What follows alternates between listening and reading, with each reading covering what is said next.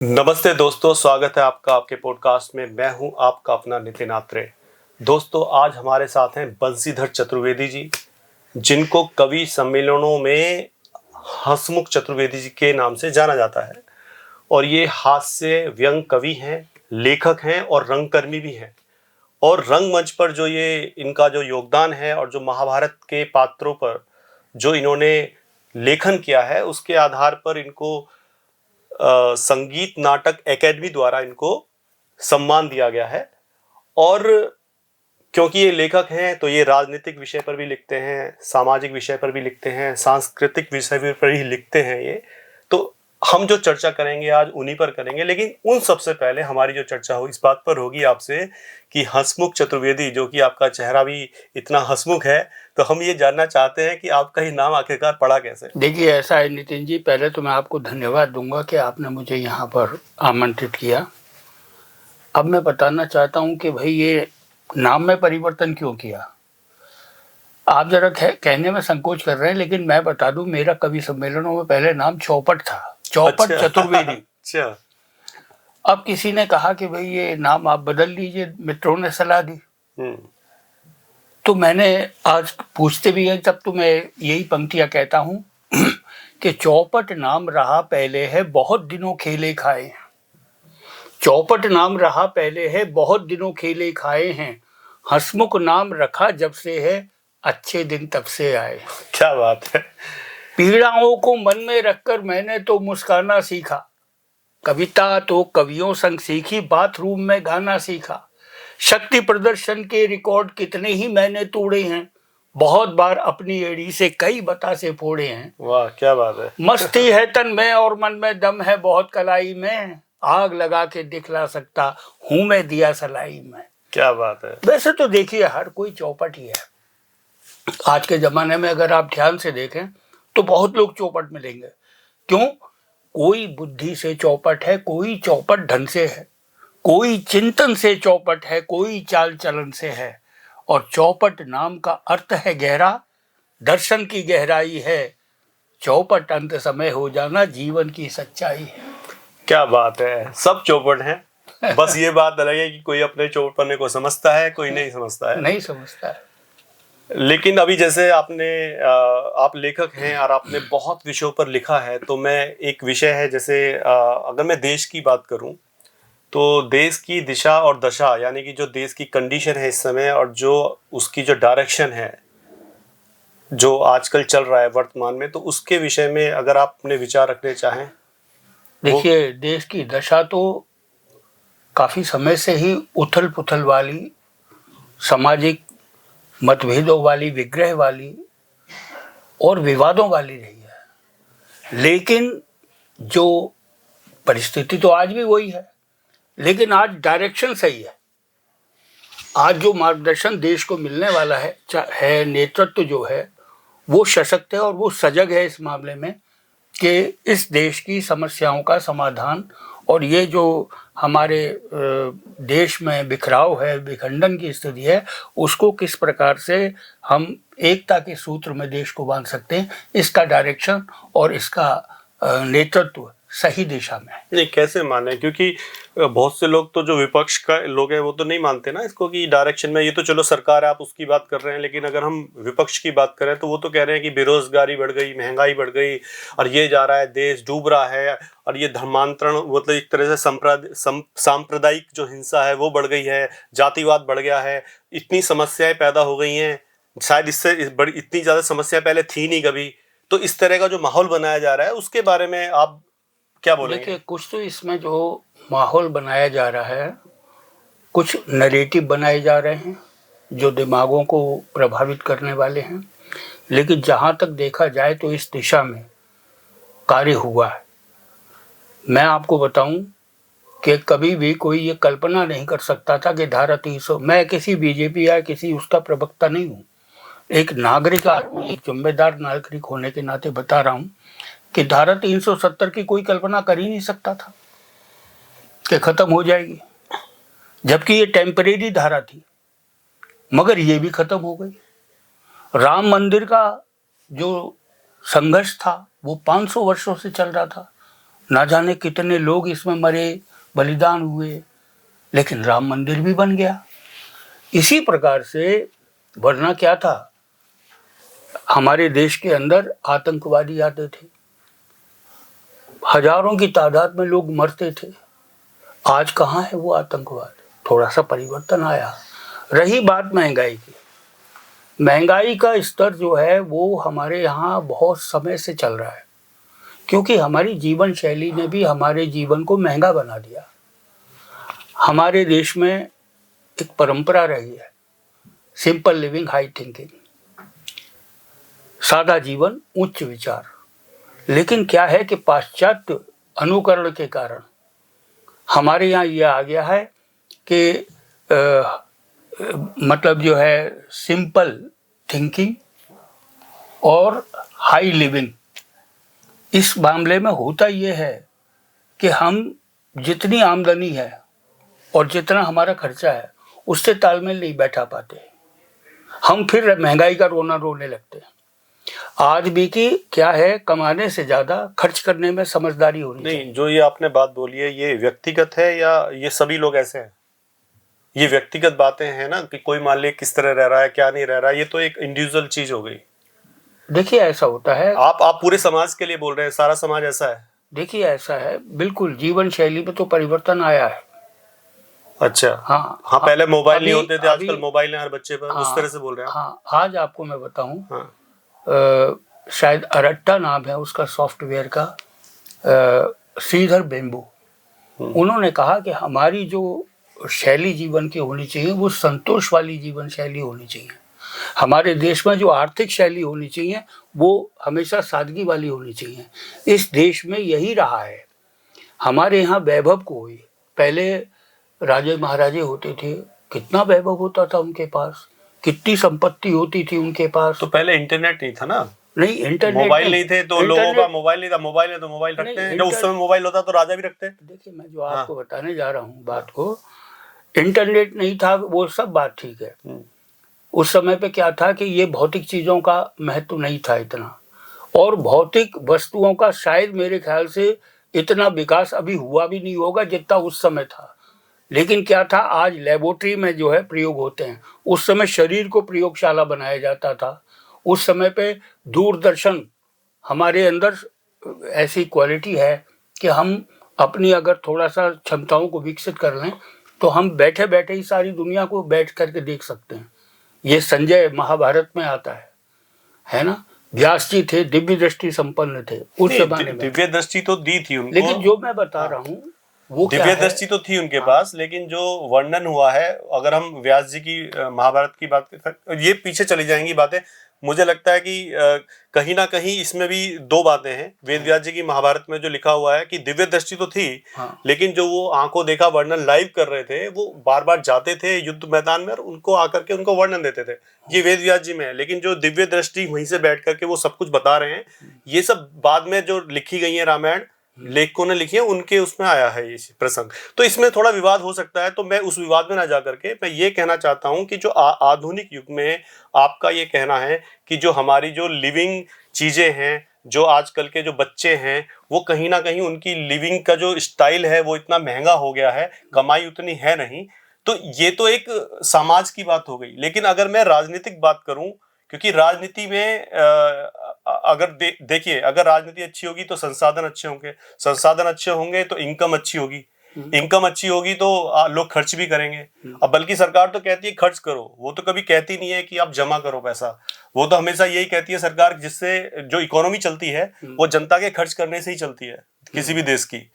तो वो ठीक है, वो स्टाइल थोड़ा चेंज हुआ है, मैं मानता हूं। लेकिन कहीं ना कहीं मैं कंडीशन की बात करूं, जैसे कहीं ना कहीं जो हमारे समाज में जो सांप्रदायिक जो झगड़े हैं या जो जातिवादी जो आजकल वो हो रहा है, जो इस तरह की जो बातें हैं, उनके विषय में आप क्या बोलना चाहेंगे? देखिए मैं जो बात कहना चाह रहा था मैं वहीं से शुरू करता हूँ। हाँ। राजे महाराजे होते हैं, संपत्ति के प्रति आसक्ति भी होती है, मोह भी होता है या नहीं होता है? आज भी है, पहले भी हो सकता होगा।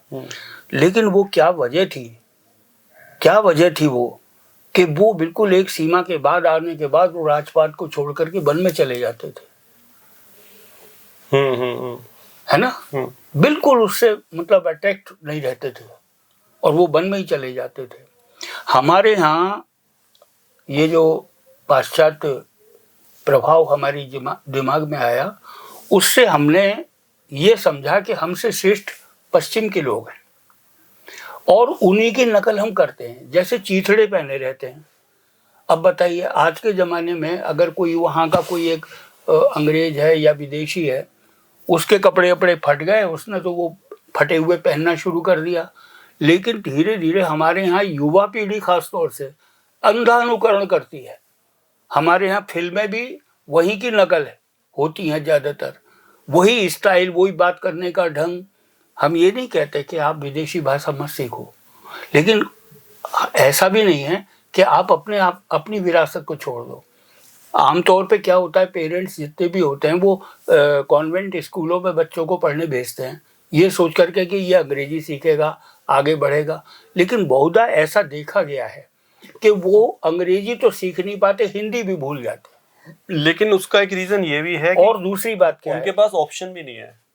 अगर कॉन्वेंट स्कूल ही हैं, है ही नहीं, अगर आप इतने हिंदी स्कूल हैं ही नहीं, अगर उनमें एडमिशन सब में कराया जाए तो बच्चे तो अनपढ़ रह जाएंगे, क्योंकि कॉन्वेंट स्कूल ही है। बिल्कुल है ना, उनकी मजबूरी है जनता की उनको पढ़ाना है। लेकिन उसका कारण यही है कि अंग्रेजों का अनुकरण हमारे यहाँ आज तक लगातार 70 वर्षों से होता रहा। हमने वही प्रणाली, वही शैली, वही शिक्षा जब अपनाई। आपकी बात ठीक है, लेकिन जनता का दोष तो नहीं है ना इसमें। हाँ, सरकारों का आप कह सकते हो कि उन्होंने स्कूलों की इतनी व्यवस्था नहीं की।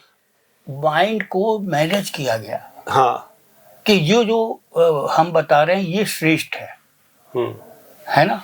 अंग्रेजी में देखा जाए तो समृद्ध भाषा नहीं है वो संस्कृत के सामने या हिंदी के सामने, है ना। हमारे देश के अंदर गुरुकुलों की संख्या लगातार गिरती गई।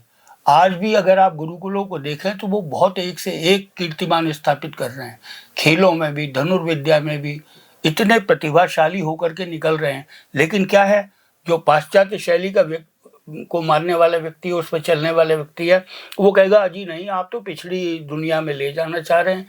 आधुनिकता को ये आधुनिकता का मतलब विदेशी अनुकरण मान लिया गया। हम अपनी मौलिकता विकसित नहीं कर पाए। हमने अपने आप को हीन भावना में ऐसा वो कर लिया कि हम इससे आगे सोच ही नहीं पाते और हम नकल में लग जाते हैं, और उसी का कारण है।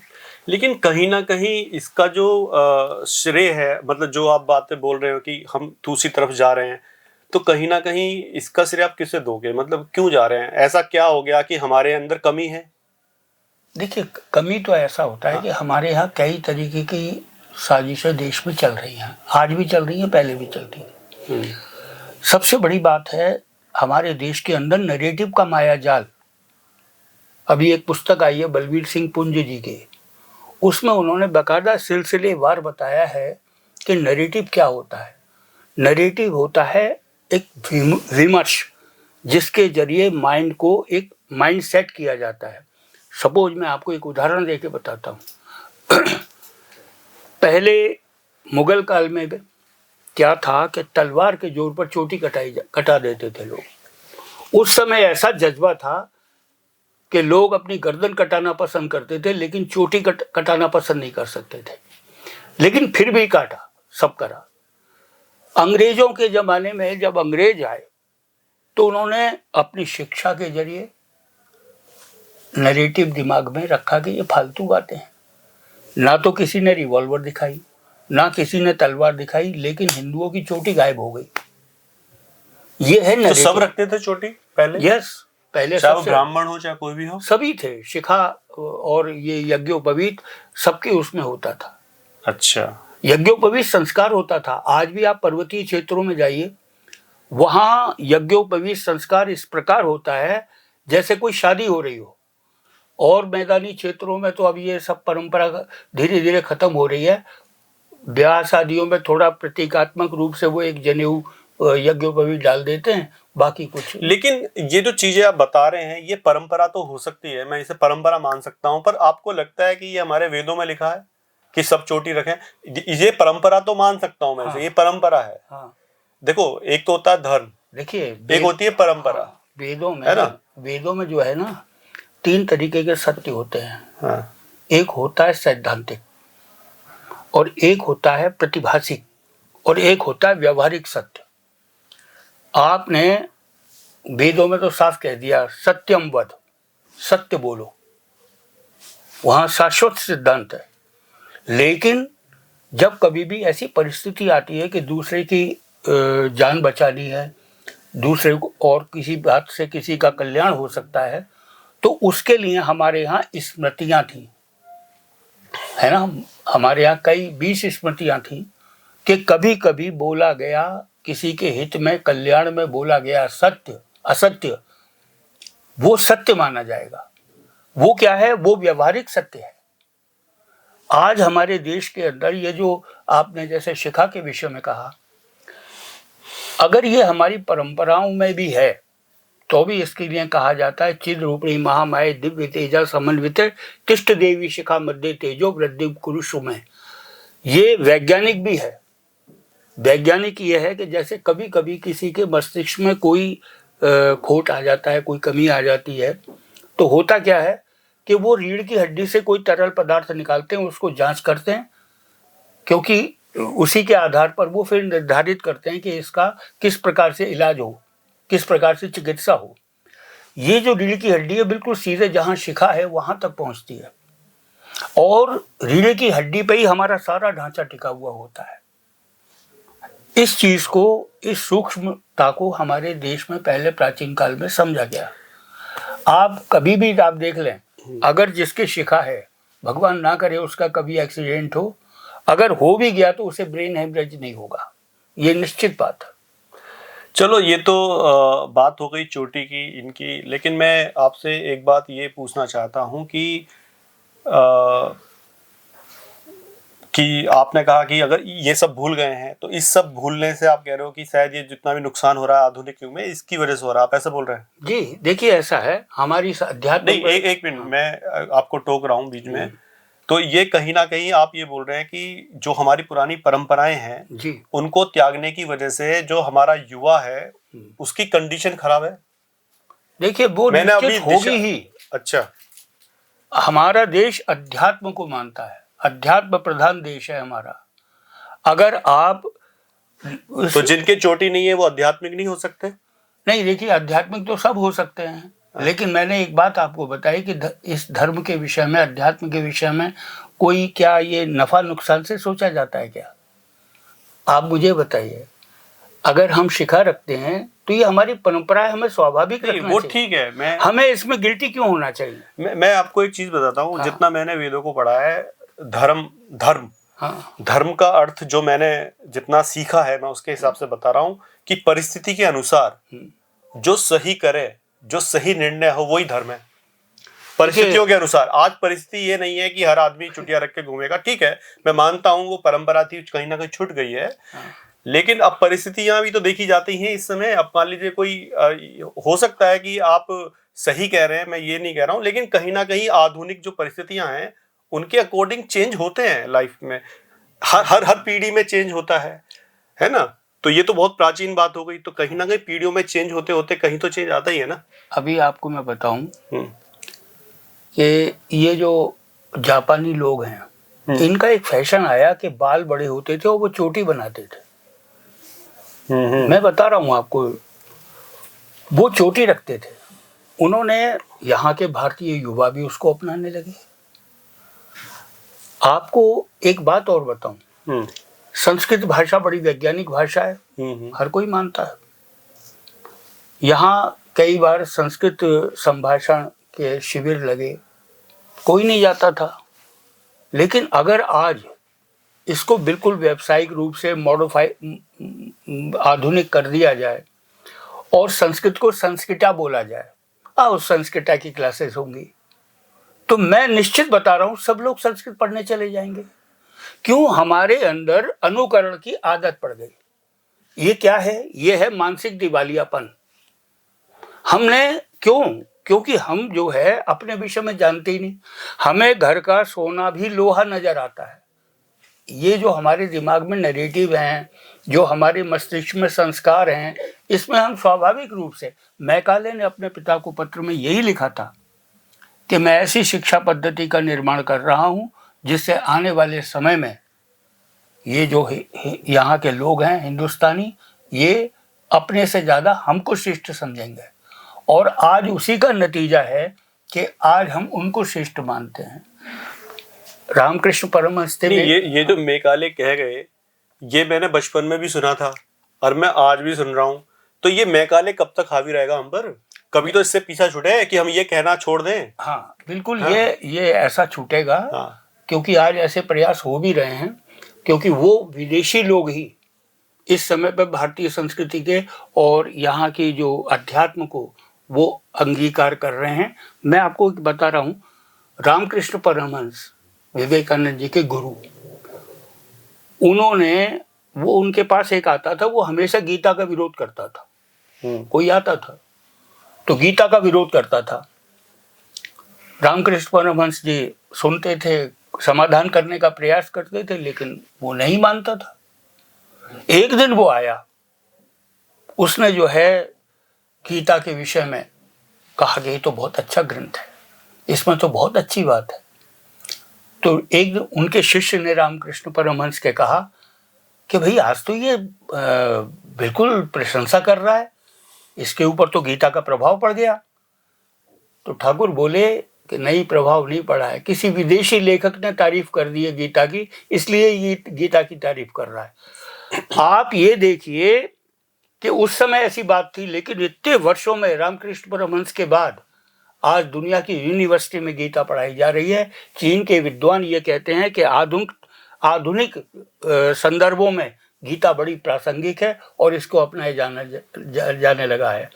आपकी बातें बिल्कुल ठीक हैं। और मैं ये तो चलो आप बाहर की एग्जाम्पल दे रहे हो, मैं तो अपने देश की दे रहा हूँ। अभी मंगल ग्रह पर यान छोड़ा गया था, जिन वैज्ञानिकों ने वो बनाया है, वो उसके बाद मंदिर गए। उनका जो स्टेटमेंट था, जो वहाँ के अध्यक्ष थे, उन्होंने कहा कि सबसे बड़ा जो ज्ञान हमें मिला है इस चीज को करने का, या बाकी जो अग्नि 5 छोड़ा था उसके बाद भी उन्हीं वैज्ञानिकों ने फिर दोबारा बोला कि कहीं ना कहीं हमें वेदों से ज्ञान मिला है। ऐसा नहीं है वो चुटिया तो नहीं रखते हैं, लेकिन फिर भी वो वैज्ञानिक है, उन्होंने उसका श्रेय सारा वेदों को दिया है। बिल्कुल। तो कहीं ना कहीं मैं मानता हूँ बहुत सारी चीजें हैं जो छूट जाती हैं समय के अनुसार, लेकिन ऐसा नहीं है कि लोग वेदों से कट गए हैं। आज भी इतने बड़े वैज्ञानिक, उनसे ज्यादा इंटेलेक्चुअल और कौन होगा इस समय आधुनिक युग में? बिल्कुल बिल्कुल। They are very intelligent person इस समय के, है ना। अब वो जब इतना बड़ा आविष्कार करने के बाद, चाहे वो अग्नि 5 हो, चाहे वो मंगल ग्रह पर यान भेजना हो, उसके बाद वो वेदों की बात करते हैं। तो मुझे लगता है कि ठीक है, मैं मानता हूं कि कुछ, अब जैसे आयुर्वेद है, अब कहीं ना कहीं Ayurveda is better than allopathic, जो मेरा मानना है। लेकिन आज की तारीख में अगर कुछ लोगों ने तो थोड़ा आयुर्वेद को उठा दिया है अब, लेकिन देखा जाए तो आयुर्वेद बिल्कुल खत्म हो गया था। बिल्कुल बिल्कुल बिल्कुल एकदम, चाहे वो सरकारों की वजह से हुआ, जनता की वजह। जनता तो बेचारी होती है, जनता हमेशा मुझे ही लगता कि किसी देश को चलाने में जनता का हाथ होता है, देश को चलाता है लीडर। अब वो बात अलग है कि जनता बेकार लीडर चुने बिल्कुल या अच्छा लीडर चुने। तो कहीं ना कहीं ये चीजें आई हैं। और जो आपने बोली है कि परंपराओं का हमें ध्यान रखना चाहिए, हमारी संस्कृति का ध्यान रखना चाहिए, पर मुझे लगता है कि कई लोग ऐसे भी हैं, पढ़े लिखे लोग हैं, जैसे एक अमी गनात्रा नाम की लेडी है, जिन्होंने IIM से, अहमदाबाद से MBA किया है। उसके बाद उन्होंने संस्कृत सीखी, और संस्कृत सीखने के साथ उन्होंने फिर उसके बाद रामायण और महाभारत का अध्ययन किया। और आजकल उन्होंने अध्ययन किया वेद व्यास जी की महाभारत का और वाल्मीकि जी की रामायण का। और उसके बाद उन्होंने जो चेंजेस आए हैं रामायण महाभारत में कवियों के द्वारा, उनके ऊपर उन्होंने चर्चा की है, जो आजकल पॉडकास्ट में भी काफी फेमस चल रही हैं। तो वो भी इंग्लिश में बहुत अच्छी हैं वो। तो कहीं ना कहीं वो कॉन्वेंट स्कूल से ही पढ़ी हैं। फिर IIM अहमदाबाद, जो कि बहुत ही टॉप यूनिवर्सिटी है, वहां से उन्होंने MBA किया है। उसके बाद उन्होंने, हालांकि वो चाहती तो वो शायद पाश्चात्य संस्कृति की तरफ जा सकती थी, लेकिन उन्होंने अध्ययन किया। कहीं ना कहीं आज उन्हें अच्छी तरह से संस्कृत आती है। तो मैं ये कहना चाहता हूं कि हो सकता है कुछ परंपराएं छूट गई हो, लेकिन कहीं ना कहीं आज के बहुत सारे, नहीं तो लोग तो हैं जो अध्ययन करते हैं, आज भी वेदों का भी करते हैं, हमारे उपनिषदों का भी करते हैं, रामायण का भी करते हैं, महाभारत का भी करते हैं। लेकिन इसके बाद एक अगला क्वेश्चन मैं आपसे ये भी पूछना चाहता हूं कि कि आखिर आपको देश का भविष्य अब जो है वो कैसा नजर आ रहा है, जैसी परिस्थितियां चल रही हैं देश में। चलो ये तो दिशा और दशा की बात हो गई, कि आपको क्या लगता है, जैसे कई बार आपने धर्मांतरण सुना होगा, यहाँ भारत में धर्मांतरण की बात होती है, या इसके अलावा यहाँ पर जातिवाद की बातें हैं, तो उस तरह से आपको क्या लगता है कि इस विषय में आप क्या कहना चाहेंगे? देश के भविष्य की जहाँ तक बात है, मैं तो ये कहता हूँ कि सब पूरे विश्व को आने वाले समय में भारत का ही मार्गदर्शन मिलना है, और देश का ही भविष्य नहीं। अगर ये देश का भविष्य, देश अच्छा होगा भारत, तो संपूर्ण विश्व अच्छा होगा। यहाँ एक बात है, देखिए हमारे यहाँ उसका अनुसरण होना भी लगा है। जैसे हमारे यहाँ, देखिए मैं राजनीतिक रूप से बात नहीं कर रहा हूँ, मैं तो तुलनात्मक रूप से बात कर रहा हूँ। एक हमारे यहाँ कहा गया सबका साथ सबका विकास, ये एक चला है स्लोगन। ये क्या है, इसमें हमारे वेदों में कहा गया है, संगज्जद्धम संवदद्धम संभो मनासी जानताम देवा भागम यथा पूर्वम संजानानाम उपास्ते, है नहीं? ये क्या है, इसका मतलब है कि हम लोग सब साथ चलें, साथ में बात करें, मिलजुल करके काम करें। ये हमारे यहाँ अब ये नीति में आ गया, देश की राजनीति की, सबको साथ लेके चलो। क्यों? अगर आप सबको साथ नहीं लेके चलेंगे तो आपको अगर राजनीतिक क्षेत्र में भी हैं तो भी सफलता नहीं मिलेगी। बहन जी थी मायावती जी, शुरू में उन्होंने दलितों को ही लेकर के चाहा कि देश के वो प्रदेश की मैं मुख्यमंत्री बन जाऊं, लेकिन ऐसा नहीं हुआ। अंततः उन्हें सबको साथ लेके चलना पड़ा, समाज के हर वर्ग की व्यक्ति को अपने साथ लेना पड़ा, और वो मुख्यमंत्री कई बार बने। जब उन्होंने मुख्यमंत्री बनने से पहले दलितों को एक साथ किया तो उन्होंने नारा दिया था, तिलक तराजू और तलवार, इनको मारो जूते चार। हाँ, उसके बारे में क्या कहेंगे आप? उसके बारे में मैं आपको बताऊंगी। एक बार काशीराम जी का बयान मैंने पढ़ा था। हाँ, तो उनसे यही सवाल पूछा गया था, हाँ, कि आपने ये तिलक तराजू और तलवार ये वाला क्या? उन्होंने कहा कि नहीं, ये मैंने नहीं कहा है। ये आगरा में एक बार कोई सभा थी और वहाँ ये सब नारेबाजी हुई और ये फिर एकदम हाईलाइट हो गया और फैल गया। इसके पीछे सच्चाई मैं आपको बताऊं, सच्चाई क्या हो सकती है, मैं ठीक से अभी इस विषय में नहीं कह सकता, लेकिन मैं अनुमान से कह सकता हूं कि जिनकी विखंडनवादी नीतियां रही हैं वामपंथी, ये उसी प्रकार की बात करते हैं। कैसी कि बनिया माफ, ठाकुर हाफ, ब्राह्मण साफ, तिलक तराजू और तलवार इनके मारो जूते चार। इसकी जो थीम है पूरी की पूरी स्क्रिप्ट है।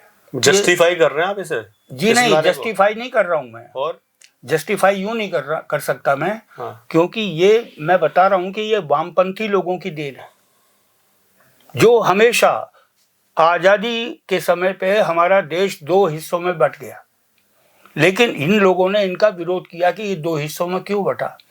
वामपंथी चाहते थे कि ये देश 17 टुकड़ों में बंटना चाहिए। उसके बाद भी फिर क्या हुआ, हमारे जो प्रथम प्रधानमंत्री थे वो वामपंथियों के प्रभाव में थे। उन्हें रूस में कम्युनिस्ट नीतियां बहुत अच्छी लगती थी। 1917 की क्रांति से वो बहुत प्रभावित थे। इसका मुझे बताओ, तिलक तराजू और तलवार इनको मारे जूते चार, ये किसी भी तरीके से जस्टिफाई हो सकता है? नहीं हो सकता, क्योंकि ये नफरत फैला, शब्द भ्रम है। हाँ, भ्रम है, अगर आपके मुंह से निकल गए तो हमेशा रहेंगे। मैं कतई इसका समर्थन नहीं कर रहा नितिन जी।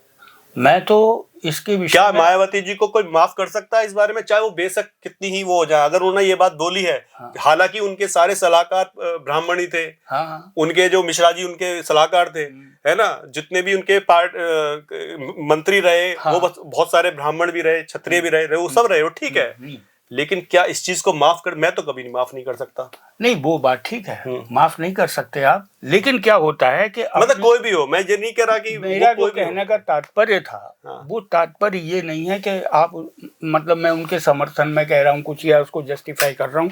तो मेरा नेता जी ये मानना है कि जब तक हम इस समाज के हर वर्ग को अपने साथ लेके नहीं चल सकते, जैसा कि हमारे वेदों के अनुसार है, संगज्जद्वम समवदद्वम संभो मनासि जानताम, अगर हम सब मिलजुल करके काम करेंगे, एक दूसरे से मतभेदों को हम एक तरफ रख देंगे और अपने राष्ट्र के लिए हमें करना है और राष्ट्र के लिए हमें जीना है, राष्ट्र के लिए हमें एक होना है, अगर ये भावना हमारे अंदर आ जाएगी। बिल्कुल बिल्कुल आपकी बात सही है। और मैं फिर बीच में आपको टोक रहा हूँ। मैं इसलिए टोक रहा हूँ क्योंकि मायावती जी का जो अल्टरनेट पार्टी आई है चंद्रशेखर आजाद की, उसके लोग बोलते हैं कि ब्राह्मण सारे यूरेशिया गए, इन्हें यूरेशिया से भगा दो। मायावती आई थी तो उन्होंने बोला तिलक तराजू तलवार जू। मतलब मैं ये कह रहा हूँ कि कैसे प्यार कैसे करें, प्यार भी तो उससे होगा ना जो हमें प्यार करता हो। देखिए बहुत बड़ी साजिश है। हाँ साजिश है, मुझे पता है सब लोग ऐसे नहीं है, लेकिन कहीं ना कहीं ये गलत असर तो डालते हैं ना लोगों पर। बिल्कुल बिल्कुल, कुछ लोग तो इनसे मूर्ख बनते ही है ना। बिल्कुल बिल्कुल, है ना, बात उसकी है। बात क्या है कि यहाँ पे हमारे देश में जब जब ये कहा जाता है, देखिए ये जो भी कह रहे हैं ब्राह्मण के विषय में या और भी अपर कास्ट के विषय में, उसका एक ही मकसद है कि समाज को तोड़ो, और समाज को तोड़े बिना जो विदेशी ताकतें यहाँ फंडिंग कर रही हैं उनका मकसद पूरा नहीं हो सकता, ये है। और दूसरी बात ये, जैसे आपने अभी नाम लिया, क्या नाम, चंद्रशेखर आजाद। हाँ, हालांकि वो खुद एक रोहिणी घावरी एक लड़की है, हाँ, जिसके चक्कर में वो फंस गया है और उसकी वो उसमें केस वेस हो गया है। हाँ, तो अभी तो उसका पता नहीं क्या होगा, लेकिन उसने कोशिश करी थी, फूट डालो राज करो, हाँ, अंग्रेजों वाली नीति अपनाई थी, अंग्रेजों वाली नीति अपनाई। हाँ, हाँ। लेकिन क्या है, आज के जमाने में बहुत से बिकाऊ आइटम जो है समाज में है, उनको अंग्रेजों को पता था और वो ये कहते थे कि wealth is lost, nothing is lost, health is lost, something is lost, but character is lost, everything is lost. जी, पहले हमारे यहाँ चरित्र का महत्व था, आज भी है, आज भी है। लेकिन क्या है, उन्होंने कहा अगर इनका चरित्र कर दो खत्म तो ये सब नष्ट हो जाएंगे और ये बिल्कुल जैसे आज बिकाऊ हो गए ऐसे ही बिकाऊ हो जाएंगे। इन्हें अपने देश की कोई परवाह नहीं, केवल पैसे से बहुत ये तो है। ये मतलब जो है अपने देश को ही अपने ही आत्मघाती कदम उठाना शुरू कर देंगे। कई कई होते हैं, जैसे मानव बम होता है ना, वो अपने आप को नष्ट कर देता है, वो ये सोच करके कि मैं दूसरे को नष्ट कर दूं, है। ये जो भावना है यही आज काम कर रही है। ऐसे रावण जी उसमें पैदा हो रहे हैं। अब रावण तो खुद ब्राह्मण थे, तुमने रावण काय को लगा लिया भाई? जब तुम ब्राह्मणों को बाहर भेज रहे हो भैया, तो ये रावण का, रावण उसका टाइटल है, उसका नाम चंद्रशेखर आजाद है। हाँ, वैसी निक नेम है रावण। और चलिए मैं उसको भी एक देता हूँ निक नेम है। चंद्रशेखर कौन थे? वो तो ठीक चंद्रशेखर, उनके पिताजी का नाम भी राम जी कुछ है। हाँ, राम जी समथिंग, राम जी, कमलेश उनकी, अगर तुम भेजोगे कमलेश उनकी माता का नाम तो है। तुम्हारा पूरा वजूद ही खत्म हो जाएगा। हाँ। क्योंकि चंद्रशेखर ब्राह्मण थे, मुझे नाम रावण ब्राह्मण था, फिर ये चंद्रशेखर रावण तो बिल्कुल विदाई हो जाएगा। अच्छा, मुझे एक बात और पूछनी थी आपसे, आप क्रिकेट मैच देखते हैं? हाँ, कभी कभी। अभी 2025 अभी भी अक्टूबर में, अभी 2-3 दिन पहले मैच हुआ था, महिलाओं का विश्व कप जीता है। हाँ, भारत। हाँ, उसमें एक बालिका है जिनका नाम है जेमिमा रोड्रिक्स। यस। तो उन्होंने एक पूरी सीरीज में उनको कुछ अच्छा नहीं खेली, लेकिन एक सीरीज में उन्होंने सेमीफाइनल में बहुत अच्छा खेला। 127 समथिंग उन्होंने रन बनाए और उनको मैन ऑफ द मैच मिला। मैन ऑफ द सीरीज जो मिली है वो दीप्ति शर्मा को मिली है। हाँ। वो एक मैच में अच्छा खेली, उनको मैन ऑफ द मैच मिला उस मैच में। उनका नाम है जेमिमा, यानी कि वो क्रिश्चियन है। जब पत्रकार के सामने वो आती हैं तो उन्होंने सीधा सीधा बोला कि जीसस ने मुझे ताकत दे दी ये सब बनाने की। रन मैंने इतने बढ़िया बनाया है क्योंकि मैंने जीसस को चैंट किया और कहीं ना कहीं से वो पावर आ गई और मैंने चौके छक्के लगा दिए। ठीक है। मैंने आज तक चौके छक्के लगाने वाले कितने हिंदू भी रहे हैं जो चौके छक्के भी लगाते हैं, लेकिन वो कभी ये नहीं कहते आगे कि बजरंग बली ने मुझे ताकत दी और मैंने छक्का लगा दिया। बहुत अच्छे अच्छे रन भी बनाए हैं। दीप्ति शर्मा जो कि जिन्हें मैन ऑफ द सीरीज मिली है, उन्होंने भी ऐसा नहीं कहा कि बजरंग बली ने मुझे ताकत दे दी या राम ने ताकत दे दी। तो ये कहीं ना इसके अलावा जो जेमिमा है उनके फादर भी ऑलरेडी वो धर्मांतरण के उसमें कहीं ना कहीं उनका नाम आया है पीछे। तो क्या लगता है कि खिलाड़ियों को ये बातें नहीं करनी चाहिए, क्योंकि वो आइडियल हो जाते हैं, वो लोग कहीं ना कहीं आदर्श हो जाते हैं। हाँ, जैसे तो पाकिस्तान की एक कोई खिलाड़ी था, उसने नमाज भी पढ़ी थी एक हाँ, बार वो खिलाड़ी जो है वो उस पर नमाज पढ़ रहे हैं। हाँ। तो आपको लगता है कि ये जो धर्मांतरण में ये हर कोई आदमी इसी चीज में लगा हुआ है, इनमें जो मजहबी लोग हैं? वो क्या असल लगता में बात क्या है, एक कहावत है, या ये बचपना भी हो सकता है आपके हिसाब से? नहीं, बचपना नहीं, मैं तो एक बात मानता हूँ। हाँ। हम बचपने को भी छोड़िए, हाँ। हमारे देश के अंदर हर संप्रदाय का व्यक्ति है, हर मान्यता का व्यक्ति है। यहाँ तक कि हमारे यहाँ परंपरा रही है, जाबाली नास्तिक थे, है नहीं, हमारे यहाँ चारवाक भी हुए हैं जो नास्तिक दर्शन को मानते थे। हमारे यहाँ सबका सम्मान किया गया है। हमने सर्वधर्म संभाव वाली नीति अपनाई है शुरू से। आपको एक उदाहरण देके मैं बता रहा हूँ कि ये धर्म और संप्रदाय कहाँ कहाँ अपने को संकीर्ण कर लेते हैं। धर्म तो नहीं है, धर्म तो बहुत व्यापक है। धर्म जोड़ता है, संप्रदाय तोड़ता है ना। आरएसएस के जो सरसंघचालक ये हैं मोहन भागवत, ये पहले जब प्राध्यापक थे तो मुझे बड़ा अच्छा लगा इनका। उन्होंने उनसे, प्राध्यापक और भी थे, एक वो क्रिश्चियन थे, उन्होंने उनसे पूछा कि भाई मैं आपके आरएसएस में शामिल होना चाहता हूँ, इसके लिए मुझे क्या करना पड़ेगा, मैं सदस्य बनना चाहता हूँ। तो भागवत जी ने उन्हें कहा कि आप बन सकते हैं। बोले इसके लिए मुझे करना क्या पड़ेगा? बोले देखिए, आपको केवल एक काम करना पड़ेगा, आप अपना बाइबल को मानिए, आप अपने जीसस को मानिए, आप जिस प्रकार से उपासना करते हैं वैसी उपासना कीजिए, लेकिन आपको ये मानना पड़ेगा कि जो दूसरे मान्यता हैं, दूसरे मतांतर हैं, उनकी भी बात सच है और वो भी बिल्कुल ठीक है। तो उन्होंने कहा ये मैं नहीं कर सकता। अच्छा, यानी संप्रदाय आपको सीमित कर देगा, संकीर्ण कर देगा, लेकिन धर्म आपके अंदर व्यापक सोच देगा। है, वो साफ कहेगा कि एको देव सर्वभूतेषु गूढ़ सर्वव्यापी सर्वभूतांतरात्मा कर्माध्यक्ष सर्वभूतादिवासा साक्षी चेता केवलो निर्गुणश्च। एक ही परमात्मा, एकम सद्विप्रा बहुधा वदन्ति, एक ही परमात्मा को सभी लोग अपने अपने ढंग से जानते हैं। और एको देवा, एक ही देव जो है सब जगह भूतों में स्थापित है। हमारे यहाँ ये माना जाता है। लेकिन क्या है, ये जितने भी सेमेटिक पंथ हैं, ये सब लोग अपने आप को एक सीमित कर लेते हैं। एक किताब तक अपने को सीमित कर लेंगे, एक अपने प्रवर्तक को सीमित कर लेंगे। उससे क्या होता है कि उस धड़े से निकल करके कुएं बन जाते हैं। हाँ, उससे फिर बाहर निकल के नहीं सोचते। हाँ, मेंढक का कुआं, जैसे वो सॉरी कुएं का मेंढक। हाँ, देखिए और एक अंतर देखिए बिल्कुल सरल तरीके से, जैसे हम कहते हैं जो भी सत्य है आनो भद्रा कृत वो विश्वता, हमारे यहाँ कहते हैं जितने भी श्रेष्ठ विचार हैं ये सब हमारे पास आए हैं। यानी हर सत्य का हम स्वागत करते हैं। ये हमारी हिंदू संस्कृति, भारतीय संस्कृति ये कहती है। लेकिन क्या होता है, हम कहते हैं कि भाई जो सत्य वो हमारा, लेकिन संप्रदाय कहते हैं जो हमारा वही सत्य, इसके अतिरिक्त तो वो दूसरी चीज नहीं मानते। तो अभी ये जो आपने घटना बताई है ये यही है, ये उसी खोल में लिपटे हुए हैं। भाई ठीक है, जीसस ने की, जीसस को ताकत किससे मिलती है? आपको मैं बताऊं थोड़ी देर के लिए, ये जो एक इस्कॉन है ना, इस्कॉन के श्री भक्ति वेदांत जी महाराज, इनकी एक किताब में लिखा हुआ है, इनकी पुस्तक मैंने पढ़ी, तो उसमें उन्होंने बताया कि ये जो कृष्ण शब्द है, ये क्राउस्ट जो शब्द है उससे कृष्ण बनता है, विदेशी उससे नहीं, कृष्ण। इनका नाम संकर्षण भी है, संकर्षण मतलब आकर्षक।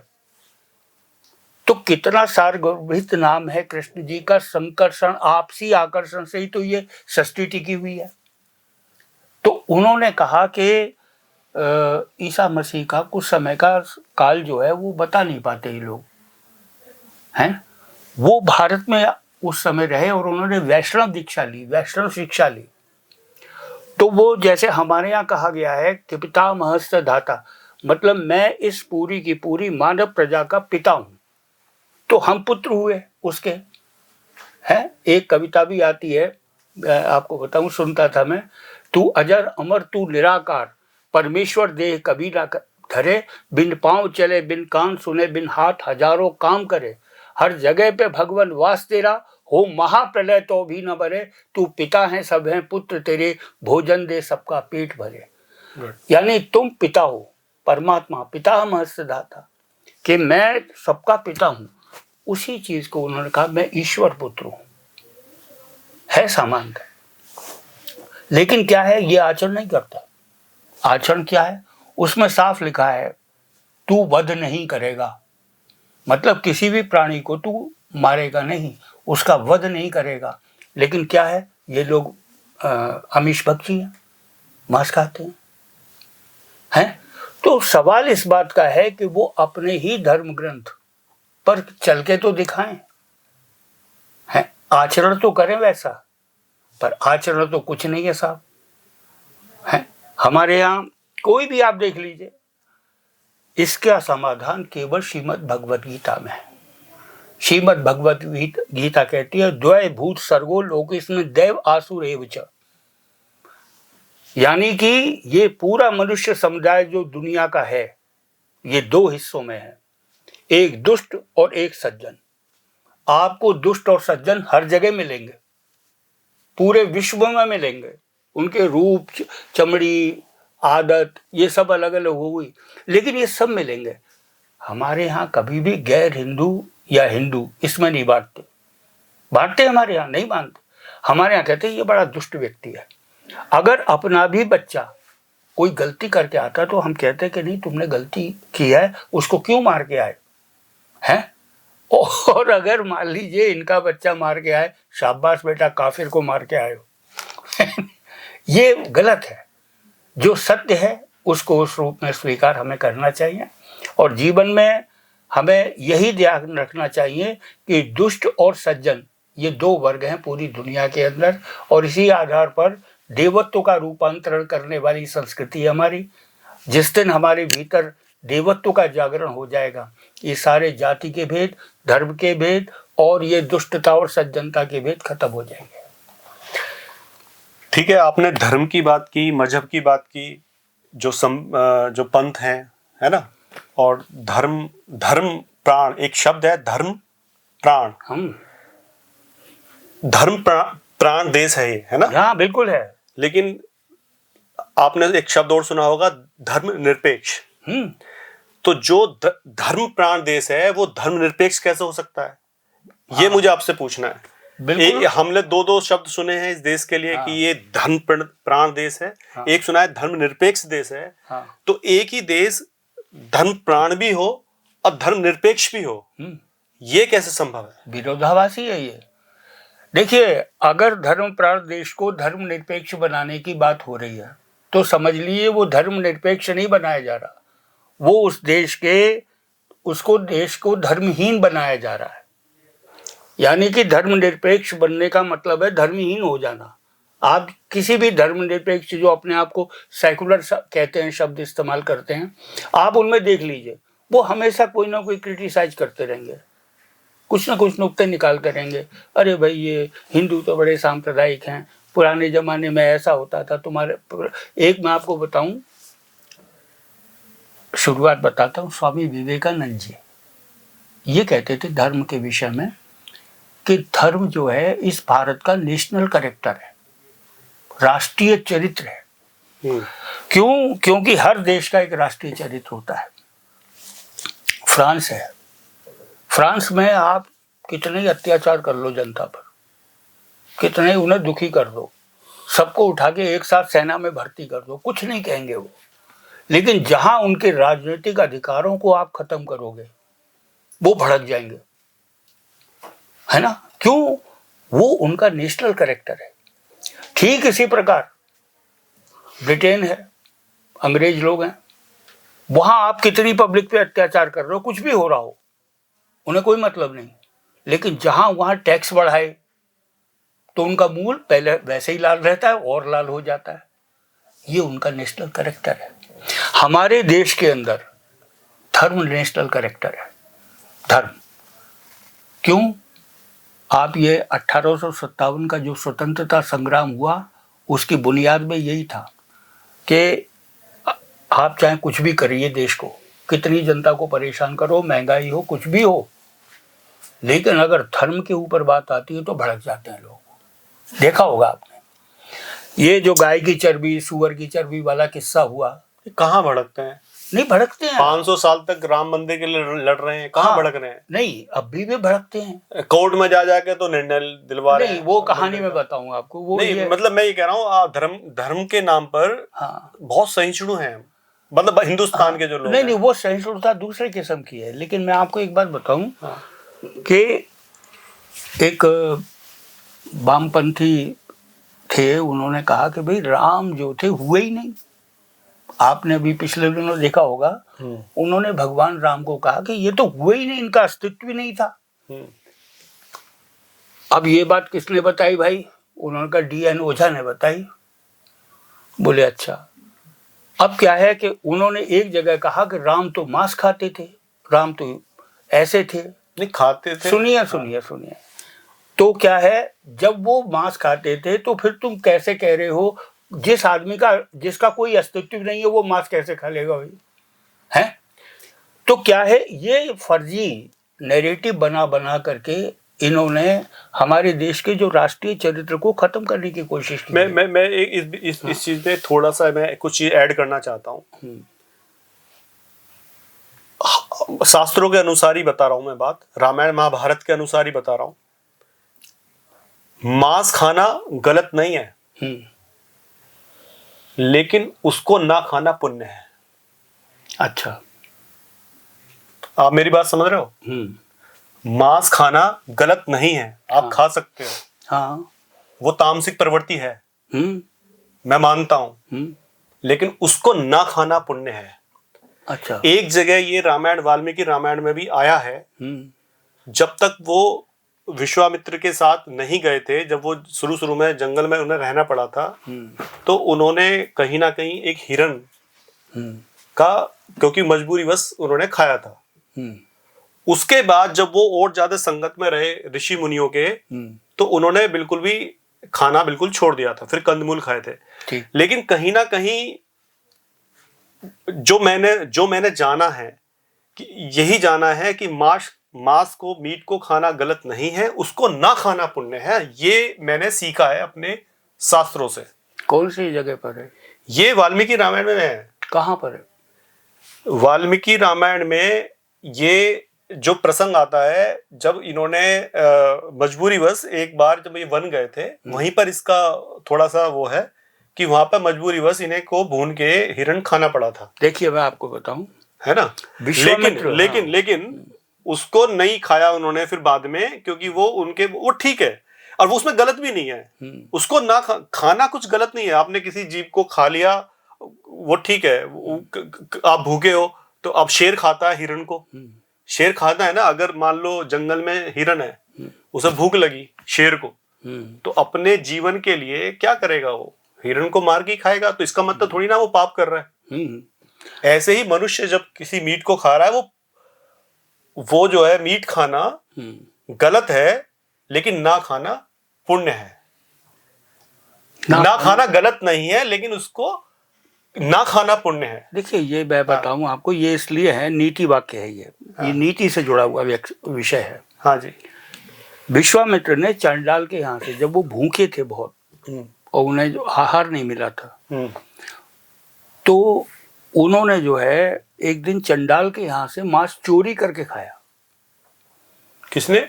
विश्वामित्र जी ने। हाँ, वो क्षत्रिय थे। क्षत्रिय नहीं, उस समय वो ब्रह्मत्व को प्राप्त हो चुके थे। हाँ। तो क्या है कि चंडाल ने देखा कि अरे इतने बड़े ऋषि मांस खा रहे हैं और वो भी चोरी करके। उन्हें पूछा विश्वामित्र जी से, कभी ये क्या कर रहे हैं आप? एक तो आप चोरी कर रहे हैं और दूसरे ये मांस खा रहे हैं। तो उन्होंने, जैसे कि महाभारत में आते हैं, आपत्काली मर्यादा नास्ति, आपत्ति के समय मर्यादा नहीं होती, ये नीति है जिसे हम व्यवहारिक सत्य भी कहते हैं। उन्होंने कहा जिस तरह से धर्म में मरना पुण्यदायी है, इसीलिए धर्म के लिए स्वयं को जिंदा रखना भी पुण्यदायी है, ये पुण्य माना जाता है।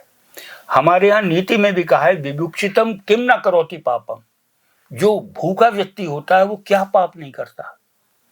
तो ये एक भूखा आदमी तो आदमी को खाने को तैयार हो जाता है। हाँ, आपत्ति का स्थिति आती है, परिस्थिति ऐसी बन जाती है। आदमी स्वाभाविक, आपत्ति के काल में मर्यादा नहीं होती। देखिए, एक आश्रम में रहते थे ब्रह्मचारी लोग। तो क्या होता है कि वो दोनों शिष्य थे गुरु के, वो जिस समय जा रहे थे, अब ब्रह्मचारी लोग थे वो, उस समय संयम रहना है, स्त्री का दर्शन नहीं करना, स्त्री के विषय में चिंतन नहीं करना। तो जब वो जा रहे थे तो अचानक उन्होंने देखा कि नदी में एक युवती डूब रही थी और मतलब वो विलाप कर रही थी कि मुझे बचाओ। तो एक ब्रह्मचारी ने कहा कि अरे मैं तो ब्रह्मचारी हूं, मैं स्त्री का स्पर्श नहीं कर सकता। लेकिन दूसरे व्यस्त के उसने कहा ये स्त्री पुरुष का मामला नहीं है, ये एक इंसानियत का, मनुष्यता का मामला है। वो कूद गया। कूदने के बाद उसने उस स्त्री युवती को बचा लिया। अब उनने जाकर पहले वाले ब्रह्मचारी ने शिकायत कर दी गुरु से कि देखिए इसने तो आज अपना ब्रह्मचर्य ही खंडित कर दिया और अपने आप को बिल्कुल संयमित कर दिया इसने और स्त्री का स्पर्श कर लिया। तो वो भी शिष्य आ गया था बचा करके। तो गुरु ने कहा कि इसने जो कुछ भी करा है ये धर्म है। जब तक आदमी मतलब कोई पानी नहीं होगा तो तैरना कहाँ से सीखेगा भाई? तैरना जल में तो सीख सकता है। जी जी जी। कोई अवसर ऐसा हो नहीं, लेकिन इस व्यक्ति के अंदर रत्ती भर बेकार नहीं आया इस शिष्य में, इसलिए मैं इसे शाबाशी दूंगा, इसने बहुत अच्छा काम किया। तो आपत्ति के समय का वर्णन है।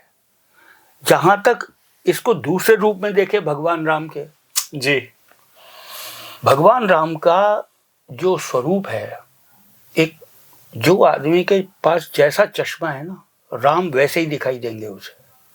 जाकी रही भावना जैसी, प्रभु मूरत देखी तिन तैसी। स्वयंवर तो खैर नहीं मैं कह रहा हूं, वो जहां कहीं भी होते हैं हर एक को अपने हिसाब से नजर आते हैं। रावण को शत्रु के रूप में नजर आते हैं, हनुमान जी को प्रभु के रूप में नजर आते हैं। और नानक देव जी ने तो साफ साफ लिखा था, एक राम दशरथ का बेटा, एक राम घट घट में लेटा, एक राम से जगत पसारा, एक राम इन सबसे न्यारा। तो उनका जो स्वरूप है, उनको खाने पीने का दोष नहीं लगता है ऐसे लोगों को। एक गुरु जी नहीं, इसमें मैं गलत नहीं मान रहा हूँ। हाँ। अगर ऐसा कुछ प्रसंग है कहीं पर रामायण में तो मैं तो इसको कह रहा हूँ, मैं तो मान रहा हूँ उसमें स्वाभाविक मीट खाना गलत नहीं है। हाँ। मैं तो बोल रहा हूँ बिल्कुल। अगर मान लो कि क्षत्रिय है जिसको युद्ध लड़ने हैं, जिसको खून मतलब युद्ध में खून भी बहता है, हाँ। अगर आदमी इतना भी नहीं कर पाएगा तो फिर वो युद्ध ही कैसे लड़ेगा? कैसे लड़ेगा? है ना, इतना तो क्षत्रिय लोग तो, ये तो क्षत्रियों को आज तक छूट है। देखिए बात क्या है कि जो लड़ने वाले लोग हैं, आहार में 3 तरीके के बातें मानी गई हैं। हाँ। एक आश्रय दोष, हाँ जी, एक निमित्त दोष, एक जातिगत दोष। क्योंकि हर आहार में सत रज तम, ये 3 गुण होते हैं, सत्व रज और तमोगुण। और 3 तरीके के और भी दोष हैं, आश्रय दोष, निमित्त दोष और जातिगत दोष। पहली बात मैं आपको बताऊं, भले ही आप कितना ही शाकाहारी भोजन कर रहे हो, लेकिन अगर वो पाप की कमाई है तो आपके मस्तिष्क को जरूर प्रभावित करेगी। सूक्ष्म प्रभाव उसका होता ही है ना। हमारे यहाँ यही कहा गया, युक्ताहार विहारस्य युक्त चेष्टस्य कर्मसु। यानी यथा योग्य आहार और यथा योग्य व्यवहार से हमारा योग सिद्ध होता है। जी जी जी जी। तो आहार शुद्धि को एक महत्व दिया गया है। और अभी हमारे स्वामी प्रेमानंद जी का मैं एक दिन वीडियो देख रहा था, तो उसमें उन्होंने पूछा कि भई हम किनका किनका स्वामी प्रेमानंद जी अच्छा, वृंदावन में अच्छा। बहुत चर्चित संत हैं इस समय देश हाँ, के सुना है। और विश्व के बड़े बड़े लोग जाते हैं, बड़ा अच्छा मार्गदर्शन वो करते हैं। तो उनसे पूछा था, उन्होंने कहा कि देखो ये प्याज लहसुन खाना पाप तो नहीं है, लेकिन जब आप साधना के मार्ग पर चलते हैं तो आपको थोड़ा सा परहेज में रहना पड़ता है। जो भगवान के लक्ष्य बना के चल रहे हैं उन्हें अपने मन को सात्विक रखना पड़ेगा, तमोगुणी पदार्थों से उन्हें दूर रहना पड़ेगा। 3 तरीके के दोष हैं, आश्रय, निमित्त और जातिगत। जातिगत तो यह है जो ये मैंने अभी बताया आपको, मांस है, प्याज है, लहसुन है, ये जातिगत उनके गुण हैं। और निमित्त वो है जिसके जरिए आपने खाना खाया। गांधी जी को एक बार रात सपने में ये दिखाई दिया कि उन्होंने किसी का कत्ल कर दिया। अब वो बड़े परेशान कि ये तो मैं कभी सोचता भी नहीं हूँ, फिर भी इस प्रकार से ये मुझे कैसे सपना आया। तब उन्होंने जब पता लगाया तो जो नीग्रो था, जो उन्हें भोजन देने आता था, वो एक कत्ल की सजा काट रहा था, कैदी था वहां, वो उन्हें भोजन देने आया। तो क्या होता है, उसका संस्कार है निमित्त दोष। तो आहार में इन सब 3 चीजों का निराकरण, ये स्वामी विवेकानंद जी ने भी कहा है कि जब कभी भी हम कोई इस प्रकार का करते हैं, जातिगत में उसके बाद आश्रय दोष होता है ना। आश्रय दोष कैसी कमाई है, किस तरीके की आई, पाप की कमाई का असर जरूर होगा। शिव पुराण में एक बात साफ आई है, जो अधर्म पूर्वक यानी पाप की कमाई होती है उससे हमेशा आदमी को आसक्ति बढ़ती चली जाती है। मेरा है, मेरा है, मेरा है, जबकि दुनिया में कोई चीज आदमी की तिल भर भी जगह नहीं है। लेकिन जो मेहनत से, ईमानदारी से पैसा कमाया जाता है, उससे एक न एक दिन वैराग्य हो जाता है। चलो, अभी आपने इतनी बात की और उसमें अभी थोड़ी देर पहले आपने ब्रह्मचर्य का जिक्र किया था। हाँ। अगर मैं कलयुग आधुनिक युग की बात करूं, वर्तमान समय की बात करूं, तो आप इस समय किसको ब्रह्मचारी मानते हैं? कोई है एक आधा जो आपकी नजर में हो? मेरी नजर में है कुछ है, बताइए। स्वामी रामदेव जी हैं। अच्छा, हाँ। रविशंकर जी ही हैं। हाँ। आपके ये मोदी जी भी हैं अभी फिलहाल, और योगी जी भी हैं। और ये स्त्रियों को स्पर्श करते हैं, कोई दिक्कत नहीं है, हाथ ही मिलाते हैं, सब कुछ करते हैं। तो ऐसा मुझे नहीं लगता कि ब्रह्मचर्य इससे टूट जाता है, क्योंकि जो मनोदशा होती है ना, अगर वो सही है, बिल्कुल, तो टच होने से कोई फर्क नहीं पड़ता। हाँ। आप किससे टच हो जाओ, इस सारे जो खेल है विचारों का है। हाँ, बिल्कुल। आपके अगर विचार गलत हैं तो चाहे टच करो ना करो, ना करने के बाद भी विचार गलत है तो भी बहुत कुछ संभावना रहती है। बिल्कुल, बिल्कुल। तो दोस्तों, ये थे हमारे हंसमुख चतुर्वेदी जी। और ऐसे जो साहित्यकार हैं और जो विचारक हैं, उनसे ना सिर्फ हमें ज्ञान मिलता है, बल्कि हमें भारतीय संस्कृति को समझने की प्रेरणा भी मिलती है। तो आप हमारे इस पॉडकास्ट में आए, आपका बहुत बहुत धन्यवाद। और हम आपको आगे भी बुलाते रहेंगे और आपको आना पड़ेगा। बिल्कुल, बिल्कुल। आप जब कभी भी याद करेंगे आएंगे। हाँ जी। मेहरबा हो के बुला लो मुझे चाहे जिस वक्त, मैं गया वक्त नहीं जो आ न सकूं। अरे वाह। और दिल की लहरें तो खलाओं में पहुंच जाती हैं जी। दिल की लहरें तो खलाओं में पहुंच जाती हैं, हम चले आएंगे, तुम दिल से बुलाओ तो सही। अरे वाह, धन्यवाद आपका, बहुत बहुत धन्यवाद।